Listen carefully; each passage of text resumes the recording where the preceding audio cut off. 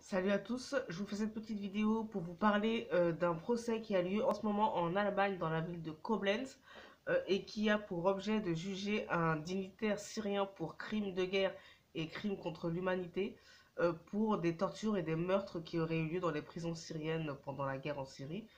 En attendant, je vous dis, veuillez, s'il vous plaît, vous abonner, mettre les notifications et les likes, etc. pour me permettre de vivre de ma chaîne. Et c'est parti, on parle du procès qui a lieu en ce moment en Allemagne. Les procès de plusieurs dignitaires syriens qui sont jugés pour crimes de guerre, notamment pour les meurtres et les tortures de prisonniers dans les geôles syriennes pendant la guerre.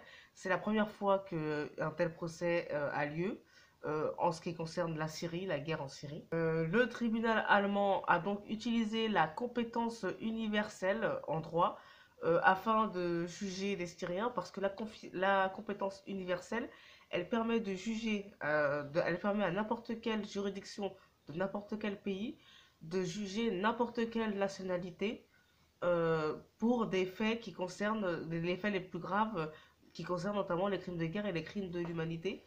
Il faut savoir que normalement en droit, la première des compétences, c'est la compétence territoriale. C'est-à-dire que si un crime a lieu en Allemagne, normalement ce sont les juridictions allemandes qui sont censées juger. Et normalement, si un crime a lieu en Syrie, ce sont les juridictions syriennes qui sont censées juger l'affaire. Donc, la compétence universelle permet de dépasser comme ça les compétences territoriales des juridictions de chaque État. Et elle permet, donc, cette compétence universelle à n'importe quel pays de juger n'importe quelle nationalité sur des faits de crimes de guerre et de crimes de l'humanité qui sont des qualifications qui sont plutôt considérées comme des crimes internationaux, des crimes comme ça, qui sont plus graves, qui ont plus de valeur, qui sont au-dessus des crimes jugés par les juridictions tout à fait communes et de droit commun. Il faut savoir que dans cette affaire, il n'y a pas que l'Allemagne qui a été saisie des crimes de Syrie, il y a plusieurs juridictions de plusieurs pays européens qui ont été saisis par des ONG pour juger de plusieurs affaires qui ont eu lieu euh, pendant la guerre en Syrie et qui concernent des affaires de crimes de guerre et de crimes contre l'humanité. Donc plusieurs pays occidentaux et notamment européens sont saisis de ces affaires-là. Et nous sommes quand même dans un contexte où, à l'échelle globale, c'est-à-dire à l'échelle de la géopolitique, les pays les plus puissants et qui ont le plus de pouvoir, ce sont les pays occidentaux. Et là, on observe quoi? On observe que la compétence universelle, c'est une notion juridique euh, qui est issue du tribunal de Nuremberg, c'est-à-dire le tribunal qui a jugé les crimes allemands et qui a jugé comme ça les crimes contre les juifs, etc. Et on observe que cette création occidentale, aujourd'hui, elle sert à juger des crimes qui ont lieu dans des pays, notamment du Moyen-Orient. Et par exemple, la Cour pénale internationale, qui a aussi été créée pour le but de juger les crimes de guerre et les crimes contre l'humanité qui sont issus du procès de Nuremberg, on s'aperçoit que la CPI, elle sert essentiellement à juger des chefs d'État africains et que la compétence universelle aujourd'hui est en train de servir à des pays occidentaux à poursuivre des personnes qui sont issues du Moyen-Orient. Donc à ce stade, toutes ces créations internationales qui ont pour but de- d'universaliser un certain nombre de principes humanitaires et humanistes, en réalité servent de pouvoir à un certain nombre de pays contre un certain nombre d'autres pays. Et moi, donc si compétence universelle il y a, moi j'attends de voir le jour où un tribunal irakien ou un tribunal mexicain jugera, jugera George Bush pour avoir menti à l'ONU en ce qui concerne la guerre en Irak. Donc voilà, on assiste à une internationalisation d'un certain nombre de procédures pénales qui sont comprises dans le droit pénal, donc dans le droit pénal international, etc., le droit international pénal. Et en réalité, il y a quand même des effets pervers qui sont les suivants. En fait, on se retrouve à ce que les Occidentaux poursuivent un certain nombre d'États qui ne sont pas les Occidentaux, c'est-à-dire tous les autres, notamment au Moyen-Orient, en Afrique et en Amérique du Sud. Alors que on a eu, nous aussi, les Occidentaux aussi ont commis des illégalités au regard du droit de l'ONU.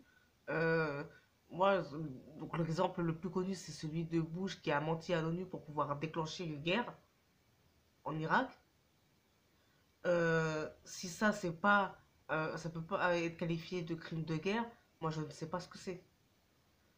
Parce que normalement, il y a un droit de la guerre, il y a un cadre. Et si vous sortez du droit de la guerre, donc il faut que vous ayez été... Pour avoir le droit d'attaquer un autre État, il faut que vous ayez été attaqué d'abord, agressé d'abord, donc que vous réagissiez. Ou alors si vous voulez la déclencher, il y a des procédures à suivre à l'ONU. Vous devez avoir une résolution sur laquelle vous vous appuyez pour aller faire la guerre, sur la base de certaines justifications, etc. Il y a un cadre pour avoir le droit de faire la guerre dans l'ONU, et ce cadre n'a pas été respecté par George Bush. Donc, est-ce qu'on peut poursuivre George Bush, George W? Moi, je veux qu'il soit aussi à la CPI, la Cour pénale internationale, qui ne fait que juger des chefs d'État dont l'Occident ne veut pas, histoire de les décapiter.